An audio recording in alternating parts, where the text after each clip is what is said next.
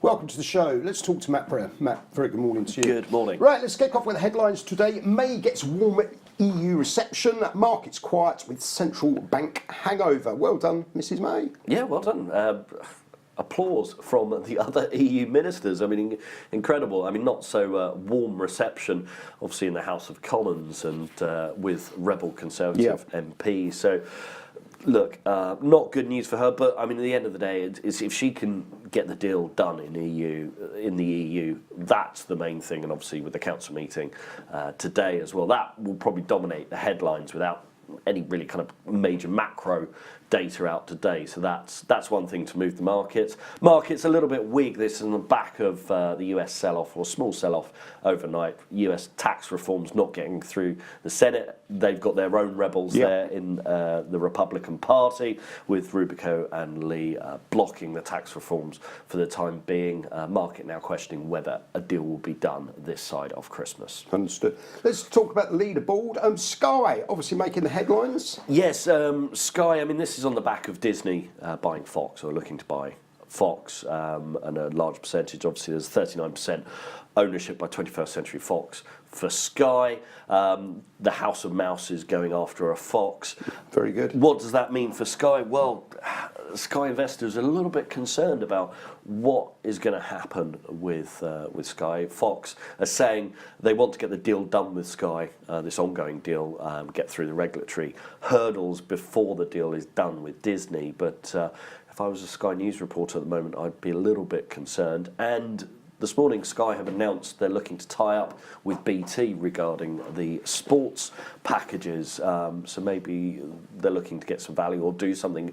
Who would have thought? You know, they've outbidded each other over the years. Now they're coming together. Understood. Let's talk small caps. SQS. We'll just hit the tape today. Yeah, just pick this one out. It's a name-listed stock.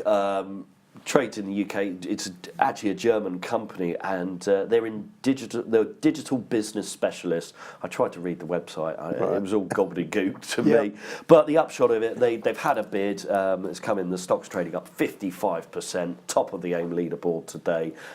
If you're involved in that space, you'd be a very happy shareholder today. But it just goes to show you, I mean, we've talked about it many times on the show, these digital software companies.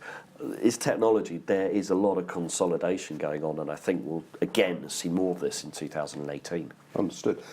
Currency-wise, Great British Pound 134.27, Euro against Great British Pound 87.83. So it's hardly moved a whisker since yesterday. We could have had the same slide on. Right. The pound it's holding its own. The FTSE is actually the correlation between the pound weakness, pound strength, and the inverse effect on the FTSE. That's starting to break down a little bit, and we're actually seeing the FTSE, although it's down about 20 points today, is showing some positive signs. We may get above 7,500 by the year end again. We shall see.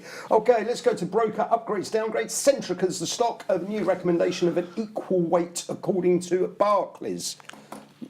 Yeah, it's a particular stock. I mean, I'm not a huge fan of the company. I mean, they have traded down since about £4 down to around £1. I think the 137 as we currently speak. They're losing customers left, right, and centre, and unless they're taken over, maybe by a German utility company, to own the stock it's a very hard case to argue. Understood. Let's move swiftly on to the core chart today. Tell me about this. Well, it's not my attempt at drawing a Christmas tree or the shard. It is rise and fall of some famous bubbles. We can see Tulip Mania in blue on there, overlaid with Bitcoin. You know, this is the move since 2014. Bubbles do happen. They always do happen in asset classes.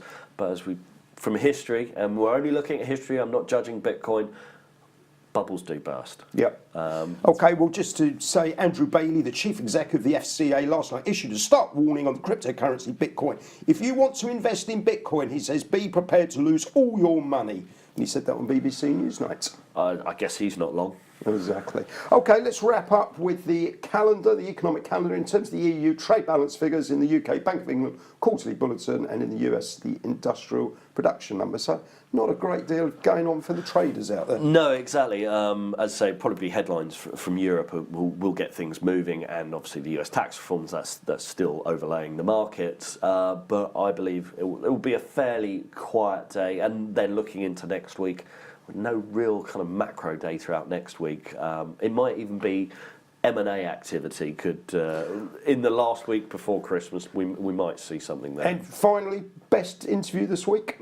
Anything This caught your one. attention? This one, of course. There you go. End Very on a wise. high. Very good, Matt. Thank you very much.